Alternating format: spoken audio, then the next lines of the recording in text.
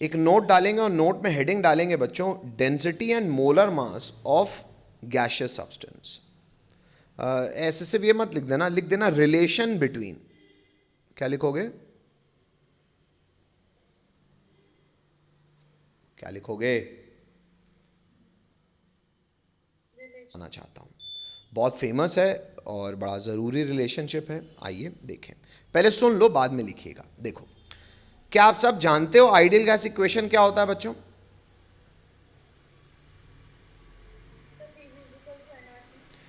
Ideal gas equation होता है P V is equal to N R T. तो क्या मैं ये कह सकता हूं, और करके मैं ये लिख सकता हूं, और number of moles upon volume, number of moles upon volume को अगर मैं एलएचएस में कर लूं तो क्या है, पी अपॉन आर टी के बराबर हो जाएगा। स्मॉल एन कहलाता है नंबर ऑफ मोल्स, तो मैं नेक्स्ट लाइन से लिख रहा हूं, replacing n by small M upon capital M. अब small M upon capital M में बच्चों मुझे थोड़ा सा रिवीजन करा दो। स्मॉल एम क्या रिप्रेजेंट करता है बच्चों?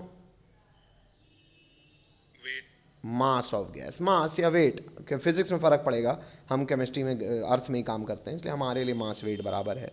और कैपिटल एम किस चीज़ को रिप्रेजेंट कर रहा है बच्चों? Molar mass, molarity. अरे नालायक, molarity, molar mass of gas. अच्छा ये इसको डबल एम कर लो भैया, इसको एम एम कर लो, वरना आधे लोग मोलर में मोलैरिटी कह देंगे। मोलर मास ऑफ गैस, इतना लिखो पहले, साफ साफ करना, यहाँ तक लिखो। और हालांकि ये भी आसान है, भी सामने कर ही लो। तो स्मॉल एन की जगह रख दिया मैंने, स्मॉल एन की जगह रख दिया mass m upon molar mass M M, तो एन अपॉन एम एम, और नीचे वी है बराबर पी अपॉन आर टी। बस ये अभी गोला मत मानना, वो बता रहा हूँ क्या है। पहले यहाँ तक पहुँचो, यहाँ तक पहुँचो, लिखो तो हाँ बोलो।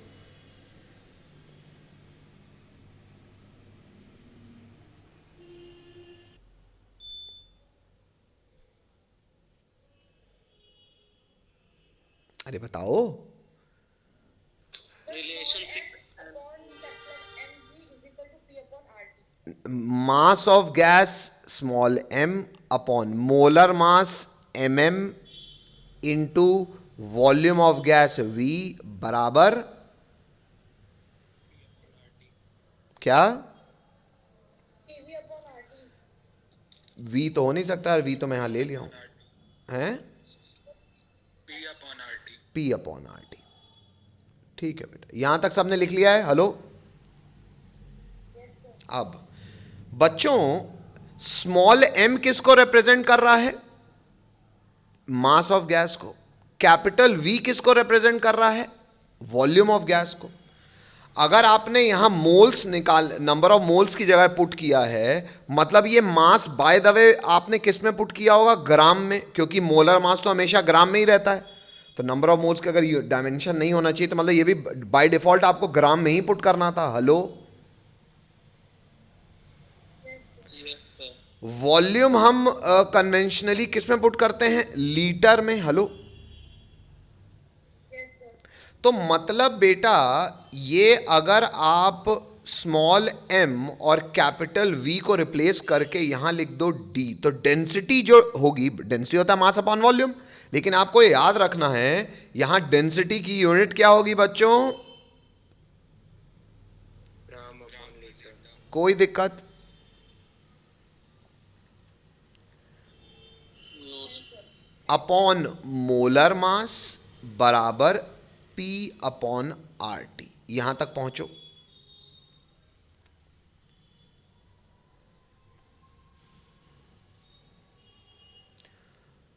और अल्टीमेटली मैं और करके लिख सकता हूं, अगर मुझे डेंसिटी ऑफ गैस डी बताना है तो it will be equal to pressure of gas into molar mass of gas upon R T.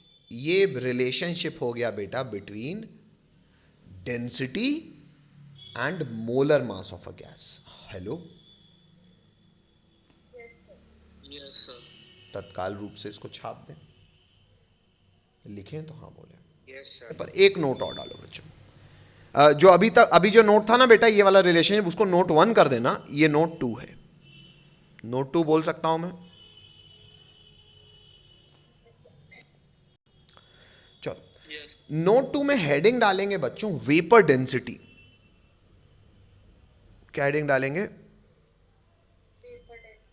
अब एक्चुअली बेटा वेपर डेंसिटी, हाँ ठीक है, नोट 2 में आप सिर्फ जेई डाल सकते हैं बच्चों, क्योंकि बोर्ड्स में एज सच वेपर डेंसिटी का इस्तेमाल नहीं आता, तो इसमें जेई डाल दो, है ना, मतलब ये कंपटीशन के लिए, बोर्ड्स के लिए आप इस छोड़ भी सकते हो, ठीक है। अब वेपर डेंसिटी होती क्या है, इसके लिए मैं आपको थोड़ा सा कॉमन सेंस पे ले जाऊं। शायद आप लोग बेटा रिलेटिव एटॉमिक मास जानते हो, कोई मुझे बताएगा रिलेटिव एटॉमिक मास क्या होता है? Relative atomic mass is the ratio of one. भूल गया। लियो भैया भाजिए तल गए भैया, पहले चैप्टर का किसी और धुरंधर को याद है कि सब गधे हैं?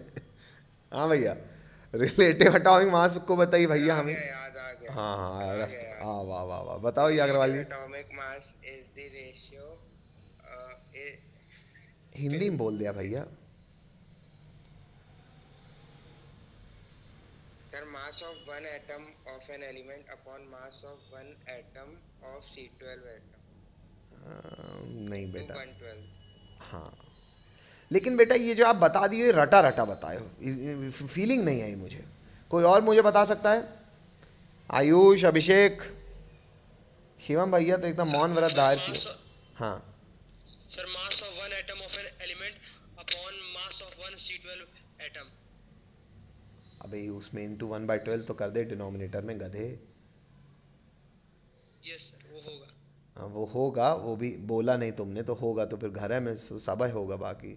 हालांकि ये भी मैंने जब प्रखर, तुमने तो जो प्रखर की बात को भी वो तो रटा रटा मैंने उसको स्टेटमेंट दिया था, अब तो रटा रटा भी गलत बोले हो। सुनो बेटा, मैं फिर से कह देता हूँ, खैर फिर से बोलता हूँ बेटा, एटम इतने छोटे होते हैं ना कि उनका मास एब्सोल्यूट न देख के हम रिलेटिव देखते हैं। रिलेटिव मतलब सिंपलेस्ट एटम के रिस्पेक्ट में। ये मैंने आपको जब पहला चैप्टर पढ़ाया भी होगा, आप रिकॉर्डिंग्स भी आपको अभी यहाँ पे यूट्यूब चैनल में मिल ही जाएंगे, अभी भी मोल कंसेप्ट की पढ़ी होगी।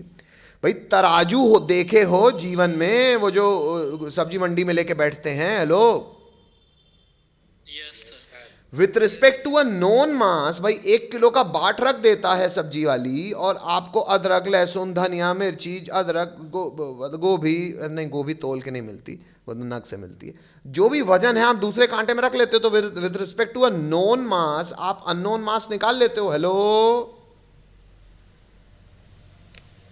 Yes sir. अरे बोलना पड़ेगा यार सबको। Yes sir. यही होता है रिलेटिव एटॉमिक मास कि with respect to a known mass. अब नोन मास में हम डिनोमिनेटर बेटा डेफिनेशन वाइज सिंपली, वो तो बाद में संशोधन होकर 1/12 into mass of C12 isotope आ गया। इस डेफिनेशन की शुरुआत किससे हुई थी? सिंपलेस्ट एटम से। तो हम हाइड्रोजन एटम के रिस्पेक्ट में हर एटम का मास निकालते हैं। हेलो, ये जो डिनोमिनेटर में आप लोग गाना गा रहे हो 1/12 into mass of C12 atom, ये एक्चुअली हाइड्रोजन के मास को ही रिप्लेस करने के लिए रखा गया है थ्योरेटिकली, क्योंकि वो ज़्यादा एक्यूरेट है। हेलो, क्योंकि हाइड्रोजन सबसे रिएक्ट नहीं करता और आइसोटोप्स की भी दिक्कत होती है, कार्बन C12 में नहीं होती है, इसलिए अल्टीमेटली वहाँ पे डेफिनेशन वाइज हमने हाइड्रोजन का मास हटा के ये रख दिया है। बाकी इन जनरल तो हर एटम का मास हाइड्रोजन के रिस्पेक्ट में जितना होता है, जितना गुना होता है, उसको हम रिलेटिव एटॉमिक मास कहते हैं। हेलो, अच्छा, तो क्या बेटा रिलेटिव एटॉमिक मास की कोई यूनिट होगी? नहीं सर, क्योंकि मास अपॉन मास का रेशियो है, यूनिट यूनिट कट जाएगी। हेलो, अब अकल आई सबको? ठीक है भैया।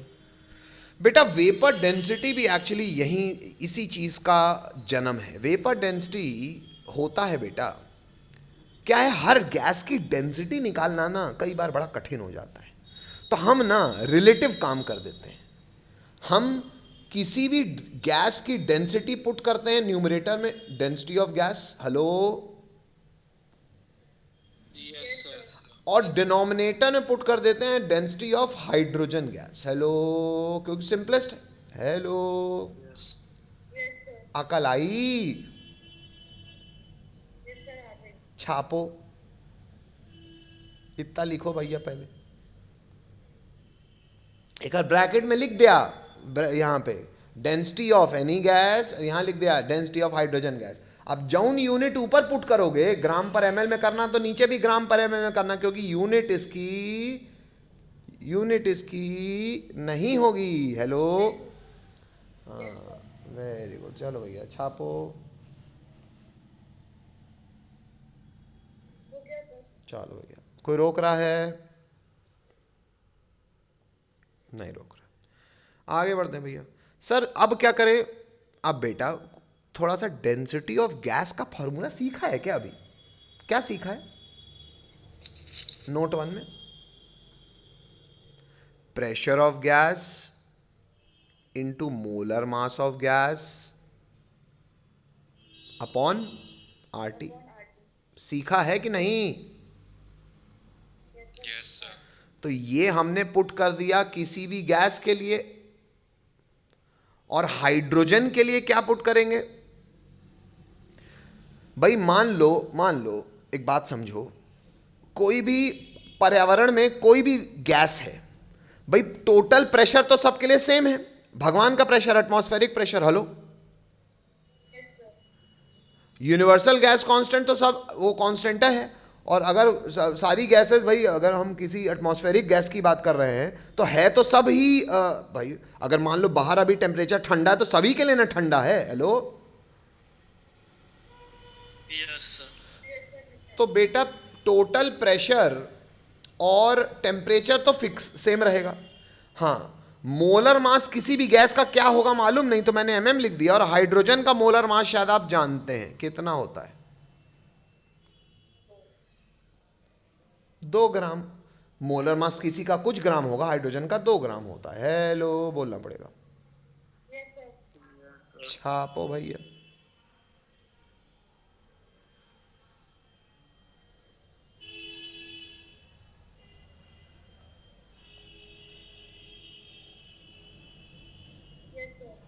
कोई रोक रहा है? नहीं रोक रहा। Yes sir.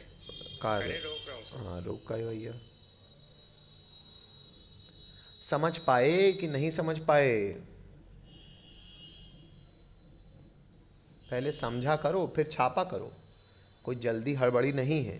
थोड़े से बच्चे हैं, भले पढ़ें थोड़े पढ़ें, लेकिन साल भर ख़त्म होने के बाद आप जैसे 8,000 8 लाख बच्चों से आप ऊपर होने चाहिए, तो फ़ायदा है मेरे से पढ़ने का, और ना कौनो फ़ायदा नहीं।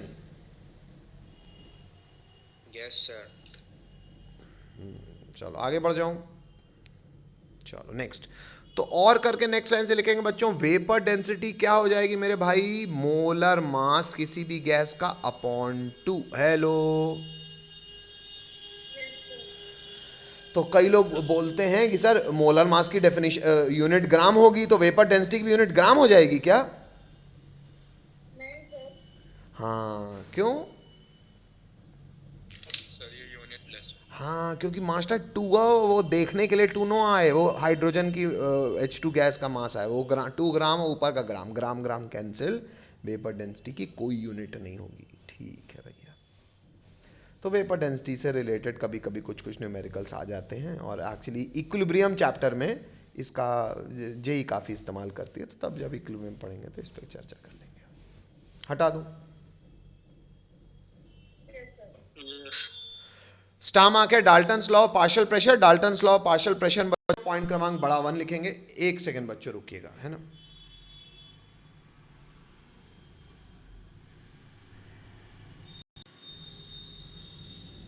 हाँ बेटा,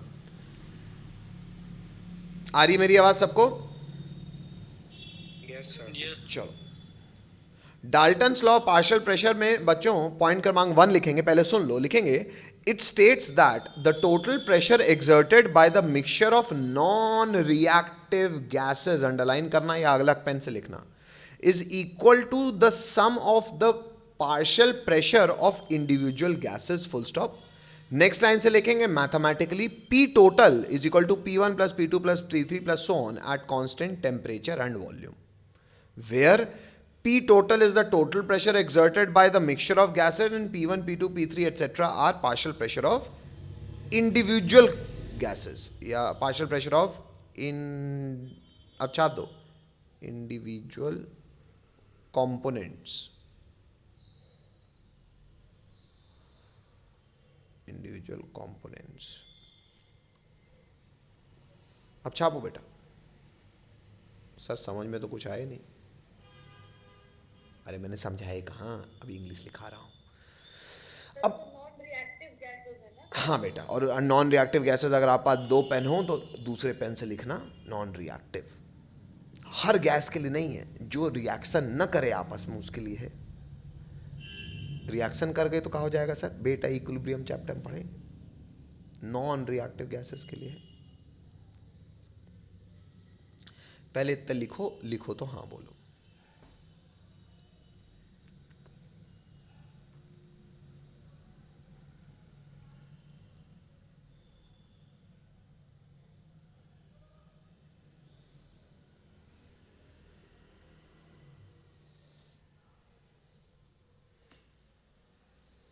कि बहुत आसान सी हिंदी, हालांकि मैंने यहाँ पे केवल इतनी सी बात कही है कि अगर आपके पास किसी डब्बे में किसी फिक्स्ड वॉल्यूम में एक फिक्स्ड टेम्परेचर पे बहुत सारे नॉन रिएक्टिव गैसेस हैं, तो वो जो भी उस डब्बे का जो भी टोटल प्रेशर होगा ना, बड़ा आसान सी बात है भाई, उसमें जितनी गैसेस हैं सबके पार्शियल प्रेशर को जोड़ दो।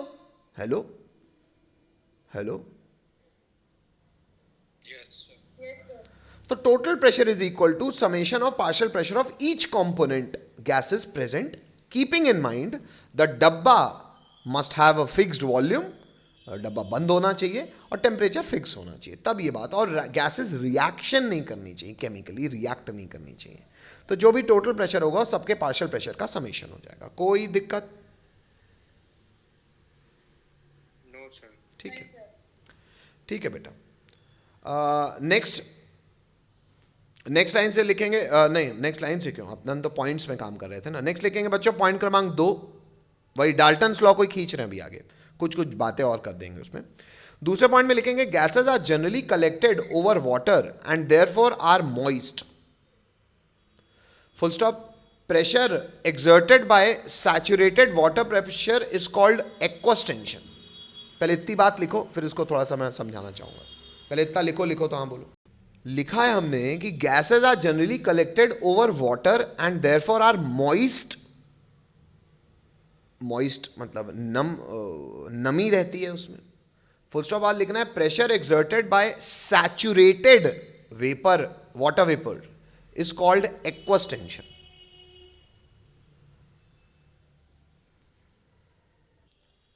देखो बेटा, अब एक्चुअल सच्चाई ये है बेटा कि एक्चुअल सच्चाई का एक बात है कि भाई कभी भी कोई गैस हमारे पास मौजूद है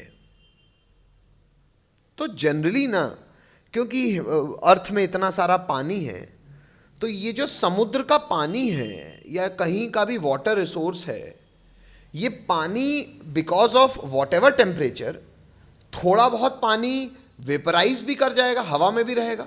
नमी जिसको कहते हैं ह्यूमिडिटी, हेलो, कभी ज़्यादा कभी कम पर रहेगी तो है ही, हेलो। तो यही अगर वाटर वेपर्स किसी गैस के साथ भी है तो बस ये वाटर वेपर्स का जो प्रेशर होगा ना, उसको मैं partial pressure of water vapours ना कह के इंग्लिश में आज से कहूंगा एक्वस टेंशन। क्या कहूंगा? तो aqueous tension is nothing but partial pressure of water vapours. Hello hello, तो ये इसलिए बता रहा हूं मैं कि अब इस स्थिति में डब्बे में मान लो पानी का वाटर वेपर्स है और कोई गैस है, तो इस स्थिति में अगर आपसे मैं पूछूंगा डाल्टन्स लॉ लगाओ भाई, keeping in mind water vapour is मतलब पानी, वाटर इस गैस के साथ रिएक्ट नहीं करता है, तो नॉन रिएक्टिव गैस भी हो गया।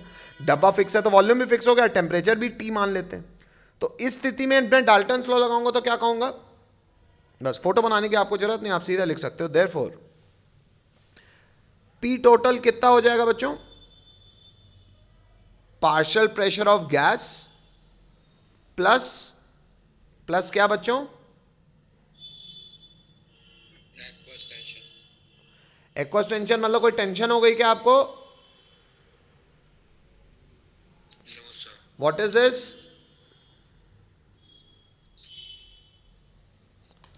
Partial pressure by partial pressure of water vapours. कोई दिक्कत? no. कई लोग पार्शियल प्रेशर ऑफ गैस को ये कह देते हैं कि ये ड्राई गैस हो गई, सूखी गैस हो गई, तो partial pressure of dry gas. अच्छा, कोई दिक्कत?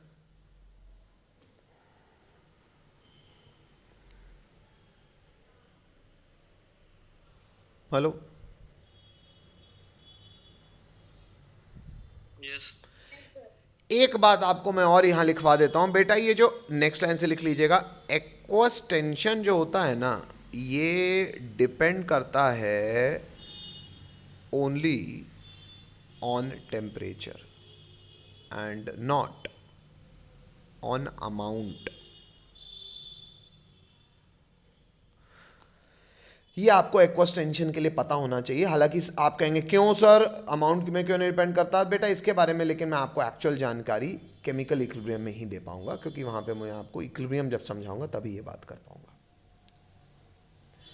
कहने का मतलब केवल ये है कि मान लो 1000 लीटर का डब्बा है, उसके अंदर पानी का पार्शियल प्रेशर, और एक लीटर के डब्बे के अंदर पानी का पार्शियल प्रेशर सेम होगा। अगर टेम्परेचर दोनों 1000 लीटर का और 1 लीटर का डब्बा अगर दोनों एक सेम टेम्परेचर पे हैं, तो मॉइस्चर का जो वाटर वेपर होगा, वाटर वेपर का जो प्रेशर होगा यानी कि एक्वस टेंशन होगा, उसको इससे फर्क नहीं पड़ता कि हम 1 लीटर में है कि 1000 लीटर, उसका प्रेशर सेम होगा। लो, उसको टेम्परेचर से फर्क पड़ता है। हेलो?